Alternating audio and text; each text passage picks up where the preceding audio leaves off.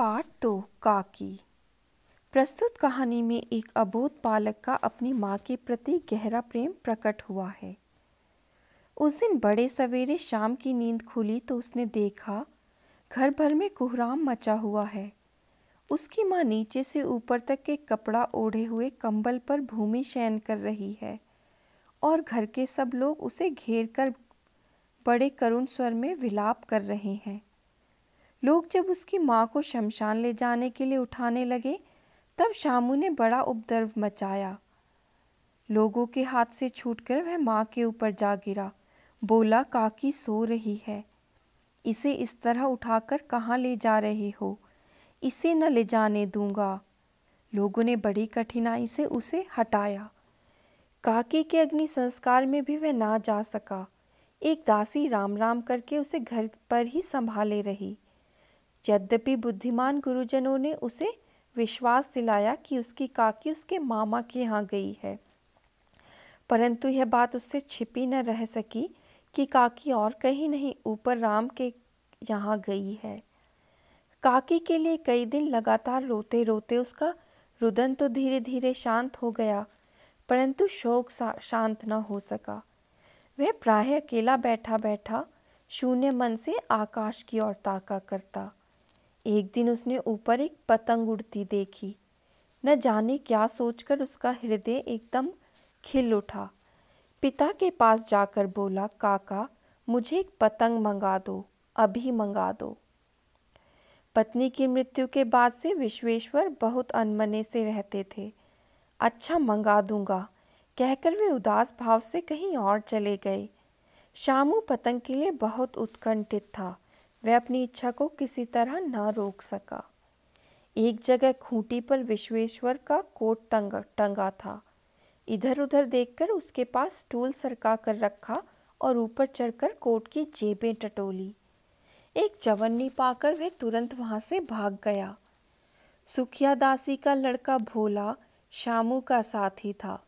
शामू ने उसे चवन्नी देकर कहा, अपनी जीजी से कहकर गुपचुप एक पतंग और डोर मंगा दो। देखो अकेले में लाना, कोई जान न पाए। पतंग आई। एक अंधेरे घर में उसमें डोर बांधी जाने लगी।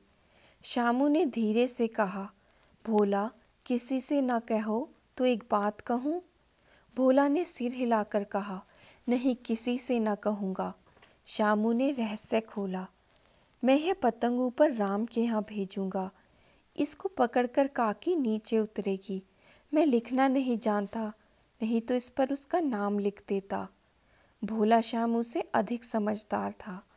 उसने कहा, बात तो बहुत अच्छी सोची, परंतु एक कठिनाई है। यह डोर पतली है, इसे पकड़कर काकी उतर नहीं सकती। इसके टूट जाने का डर है। पतंग में मोटी रस्सी हो तो सब ठीक हो जाए। शामू गंभीर हो गया। मतलब यह बात लाख रुपए की सुझाई गई, परंतु कठिनाई यह थी कि मोटी रस्सी कैसे मंगाई जाए। पास में दाम है नहीं और घर के जो आदमी उसकी काकी को बिना दया मया के जला आए हैं वे उसे इस काम के लिए कुछ देंगे नहीं। उस दिन शामू को चिंता के मारे बड़ी रात तक नींद नहीं आई। पहले दिन की ही तरकीब से दूसरे दिन फिर उसने पिता के कोट से 1 रुपया निकाला, ले जाकर भोला को दिया और बोला, देख भोला, किसी को मालूम न होने पाए। अच्छी अच्छी 2 रस्सियाँ मंगा दे।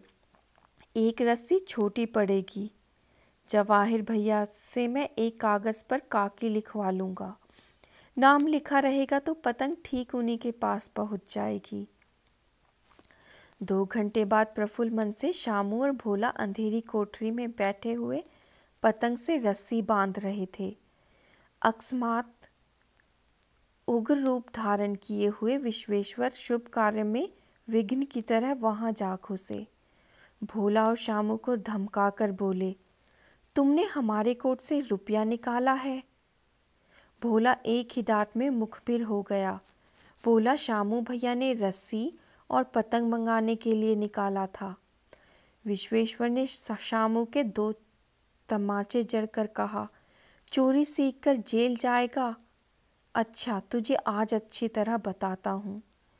कहकर कई तमाचे जड़े और कान मलने के बाद पतंग फाड़ डाली। अब रस्सियों की ओर देखकर पूछा, ये किसने मंगाई? भोला ने कहा, इन्होंने मंगाई थी। कहते थे इससे पतंग तानकर काकी को राम के यहाँ से नीचे उतारेंगे। विश्वेश्वर हतबुद्धि होकर वहीं खड़े रह गए। उन्होंने फटी हुई पतंग उठाकर देखी। उस पर चिपके हुए कागज पर लिखा था, काकी, सियाराम शरण गुप्त।